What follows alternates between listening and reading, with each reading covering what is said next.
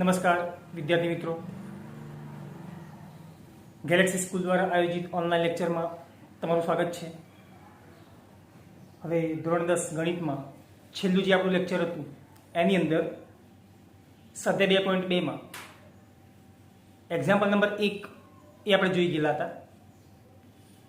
હવે example number 2 આપણે લેવો છે, જેની અંદર શૂન્યો તમને આપી દીધા હશે, બે શૂન્યો આપેલા હશે અને એના ઉપરથી તમારે દ્વિઘાત બહુપદી બનાવવાની રહેશે. તો એક શોર્ટ ઇક્વેશન જે આપણે લખાયેલું છે કે જો સમજીએ પહેલા અહીંયા કે જો આલ્ફા અને બીટા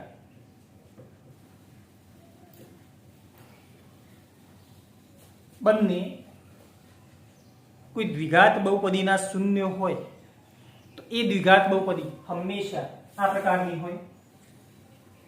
x² માઇનસ એ જે બંને શૂન્યો છે એનો સરવાળો થાય અહીંયા ઇન્ટુ x પ્લસ બંને શૂન્યોનો ગુણાકાર થાય. આ પ્રકારે તમને અહીંયા બહુપદી મળી જાય. તો આ પ્રકારે અહીંયા આપણે દ્વિઘાત બહુપદી બનાવી છે. તો એક્ઝામ્પલ નંબર 2 છે એ આપણે લેવું છે અહીંયા. એક્ઝામ્પલ નંબર 2,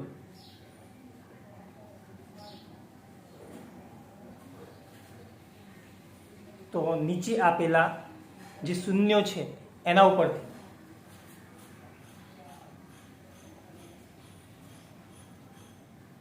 નીચે દર્શાવેલ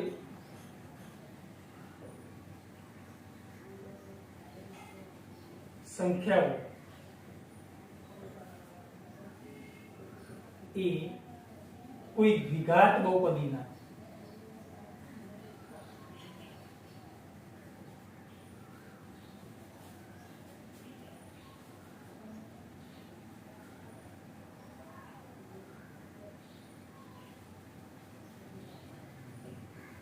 શૂન્યોનો સરવાળો અને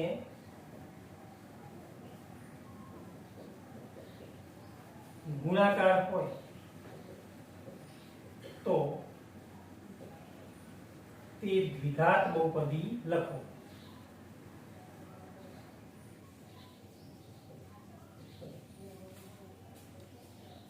તમને શૂન્યનો સરવાળો અને શૂન્યનો ગુણાકાર આપી દીધો હશે, તો એના પરથી આપણે દ્વિઘાત બહુપદી બનાવી છે.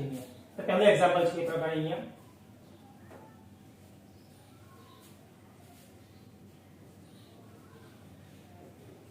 1/4 અને -1. અહીં આપણે ચેક કરીએ કે આ જે 1/4 છે એ શૂન્યનો સરવાળો છે પહેલો, અને -1 છે એ શૂન્યનો ગુણાકાર છે. અહીં આપણે લખી શકીએ કે અહીં અથવા ધારો કે આલ્ફા અને બીટા એ દ્વિઘાત બહુપદીના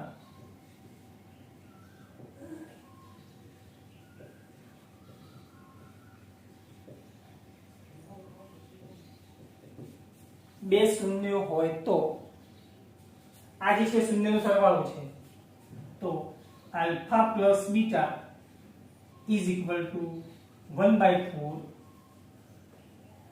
અને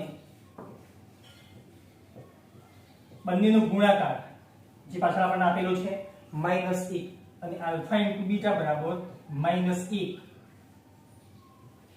થાય. જો આલ્ફા અને બીટા એ કોઈ દ્વિઘાત બહુપદીના શૂન્ય હોય તો બંનેનો સરવાળો આટલો હોય અને બંનેનો ગુણાકાર કેટલો હશે? -1 હશે. તો હવે આપણે અહીંયા દ્વિઘાત બહુપદી શોધવી છે. તો હવે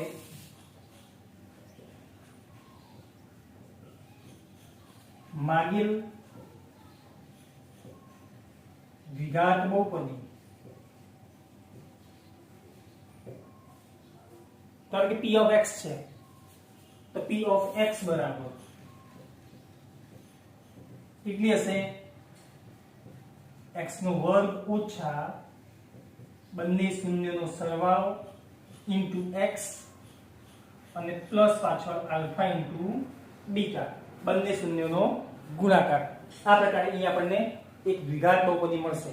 એમાં તમે જોઈએ આલ્ફા પ્લસ બીટાની કિંમત આપણી પાસે છે અહીંયા મૂકી દઈએ is equal to x square m ના m માઈનસ આલ્ફા પ્લસ બીટાની કિંમત આપણી પાસે છે 1/4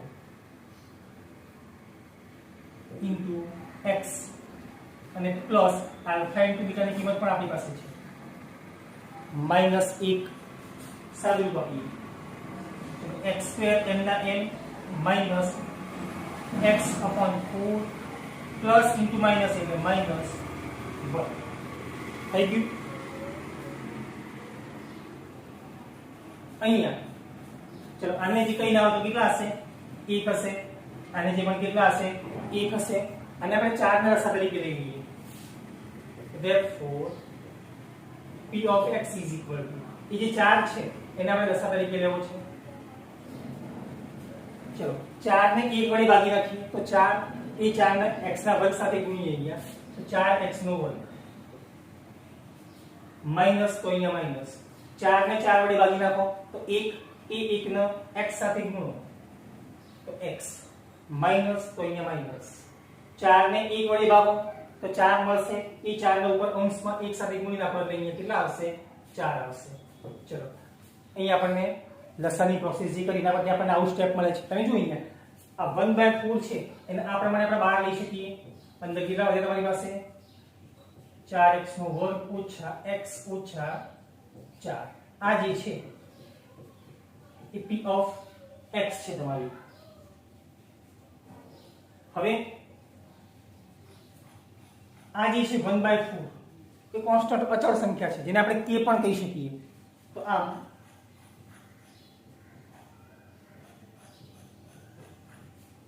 માગેલ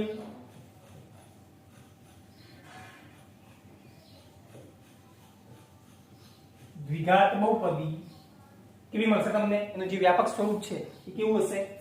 આની કિંમત આપણે k લઈ લઈએ k ઇન્ટુ અંદર 4x નો વર્ગ ઓછા x ઓછા 4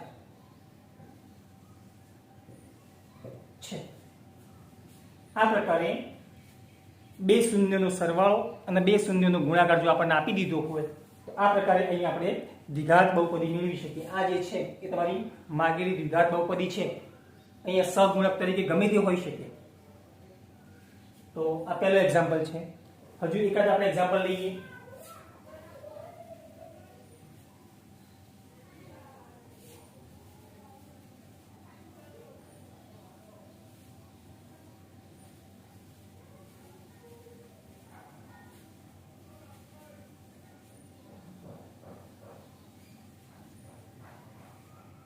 બીજો એક્ઝામ્પલ લઈએ આપણે. બંને શૂન્યનો સરવાળો અહીંયા આપણે આપી દીધો છે √2 અને બંને શૂન્યનો ગુણાકાર છે આપણી પાસે 1/3 √2 અને 1/3. અહીંયા આપણે ધારો કે આલ્ફા અને બીટા એ કોઈ દ્વિઘાત બહુપદીના શૂન્ય હોય તો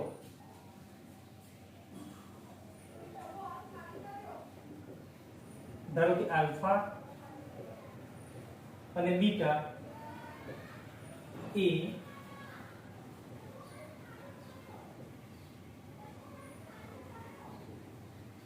દ્વિઘાત બહુપદીના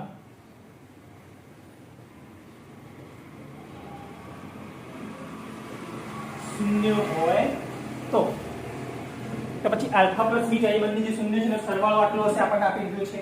બંને શૂન્યનો ગુણાકાર કેટલો હશે 1/3 હશે. therefore આલ્ફા પ્લસ બીટા બરાબર √2 મળશે અને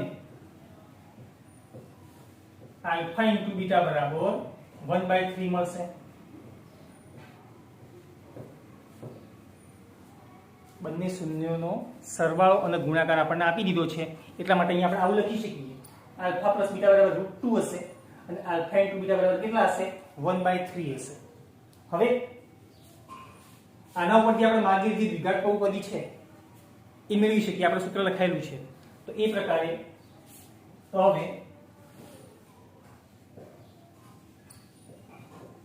માગેલ દ્વિઘાત બહુપદી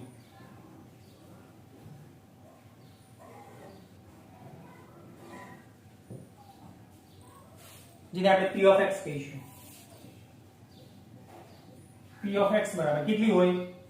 x નો વર્ગ ઓછા alpha plus beta into x અને પ્લસ આલ્ફા ઇન્ટુ બીટા જેટલી હોય.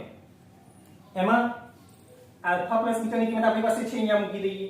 આલ્ફા ઇન્ટુ બીટાની કિંમત પણ છે, અહીંયા આપણે મૂકી દઈએ. તો ઇઝ ઇક્વલ ટુ x નો વર્ગ એમને એમ રહેશે માઈનસ આલ્ફા પ્લસ બીટાની કિંમત છે આપણી પાસે √2x પ્લસ આલ્ફા ઇન્ટુ બીટાની કિંમત પણ છે આપણી પાસે 1/3. ચલો આને જે કહીને આવો તો 1 હશે, આને જે પણ કહીને આવો તો કેટલા હોય? 1 હોય. અહીં આપણે 1 1 અને 3 નો લસા લઈ લઈએ. લસા કેટલો આવશે? 3 આવશે. ચલો 3 ને આને જે 1 હશે 3 ને 1 વડે ભાગી નાખો તો 3 એ 3 નો ઉપર x ના વર્ગ સાથે ગુણી નાખો તો 3x નો વર્ગ ઓછા, તો અહીંયા ઓછા. ચલો આ જે 1 હશે 3 ને 1 વડે ભાગી નાખો તો 3 એ 3 ને √2x સાથે ગુણો તો 3√2x પ્લસ, તો અહીંયા પ્લસ 3 ને 3 વડે ભાગી નાખો તો 1 એ 1 ના ઉપર 1 સાથે ગુણો એટલે ઉપર કેટલા આવશે? 1 આવશે. આ 1/3 છે આપણે બહાર લઈ લેવા છે તો is equal to therefore p of x is equal to 1/3 કૌંસની અંદર આ જે ઉપર 1 છે કઈના તો 1 તો હશે જ ઉપર અને છેદમાં જે 3 છે એને આપણે બહાર લઈ લીધા છે આપણે આ પ્રકારે. તો અંદર કેટલા વધે તમારી પાસે? 3x નો વર્ગ ઓછા 3√2x અને વત્તા 1. અહીં આપણને આ પ્રકારે p of x મળે છે. પણ અહીંયા આ 1/3 છે એને આપણે અવગણીને એની જગ્યાએ k લખવો છે, કારણ કે સહગુણક તરીકે અહીંયા ગમે તે સંખ્યા હોઈ શકે, કોઈ પણ વાસ્તવિક સંખ્યા હોઈ શકે. તો આમ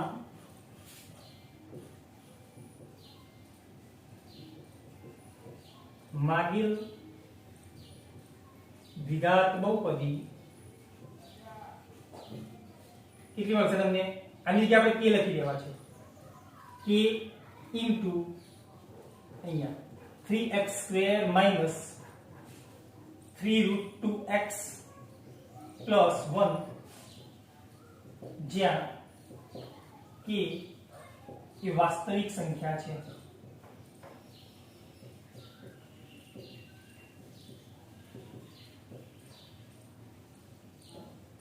મળે આ પ્રકારે અહીં આપણને દ્વિઘાત બહુપદી મળશે. k ની કિંમત ગમે તે હોઈ શકે, ગમે તે સહગુણક તરીકે હોઈ શકે. તો આ બીજું એક્ઝામ્પલ છે.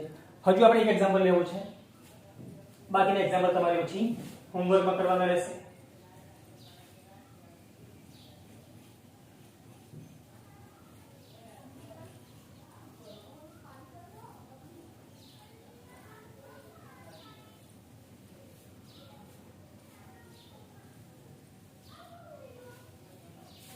ત્રીજું એક્ઝામ્પલ આપણે લઈએ અહીંયા.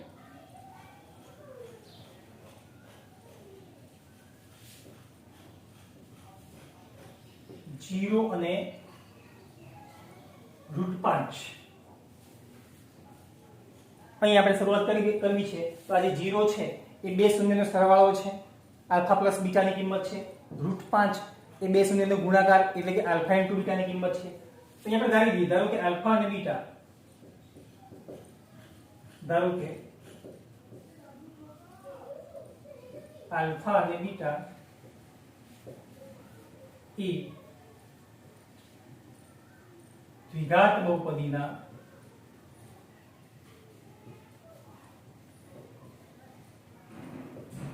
શૂન્ય હોય તો પછી શું થાય? એ જે બંને શૂન્ય છે એનો સરવાળો 0 હશે અને બંને શૂન્યનો ગુણાકાર કેટલો હશે? √5 હશે. એવું આપણે લખી શકીએ. તો alpha plus beta is equal to 0 હશે અને આલ્ફા ઇન્ટુ બીટા બરાબર કેટલા મળશે આપણને અહીંયા? √5 મળે. એવું અહીંયા આપણે લખી શકીએ. હવે આપણી જે માગેલી દ્વિઘાત બહુપદી છે એનું જે વ્યાપક સ્વરૂપ છે કેવું હોઈ શકે આપણે લખાયેલું છે. તો હવે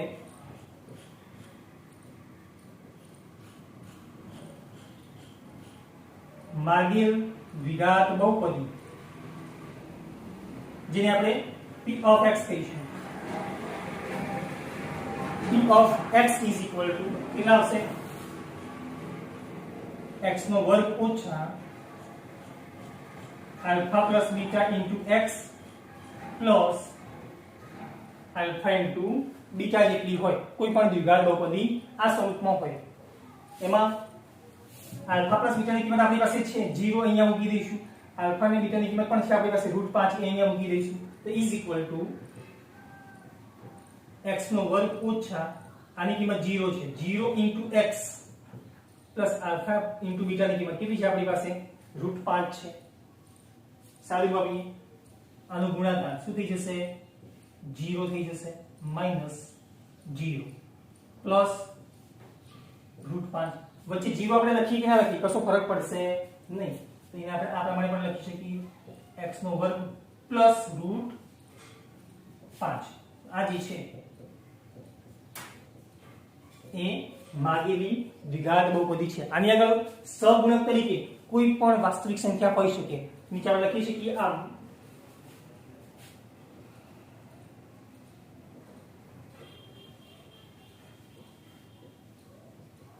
માગેલ દ્વિઘાત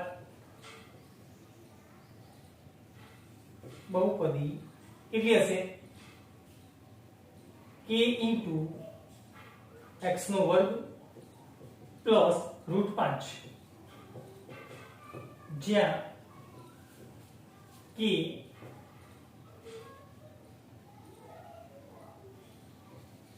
એ વાસ્તવિક સંખ્યા છે.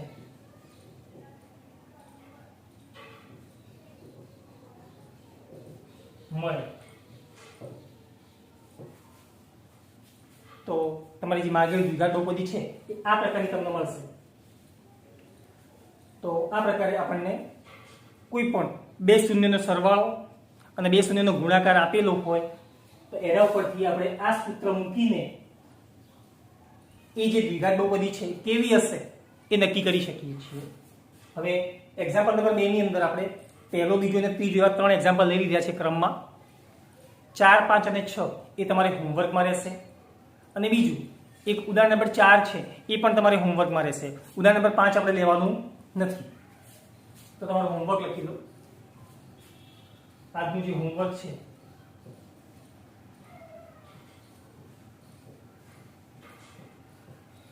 ઉદાહરણ નંબર 4 પછી સ્વાધ્યાય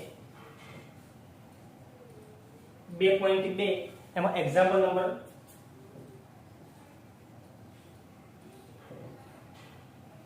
2 એની અંદર 4 5 અને 6 આ જે છે એ તમારું આજનું હોમવર્ક છે જે મેઇન નોટબુકમાં એક વખત રફની અંદર 3 વખત લખીને તમારે એનું રિવિઝન કરવાનું રહેશે. અને બીજું આજે જે કંઈ ચાલ્યું છે એ તો તમારે મેન તમારી જે નોટબુક છે એમાં એક વખત અને રફની અંદર 3 વખત લખવાનું જ છે. પણ આ જે બાકી છે એ તમારું હોમવર્ક છે. તો આજે આપણે આટલા સુધી જ રાખીશું. બાકીનું જે ટોપિક છે નવો એ આપણું જે નેક્સ્ટ લેક્ચર આવશે એની અંદર આપણે લઈશું. Thank you.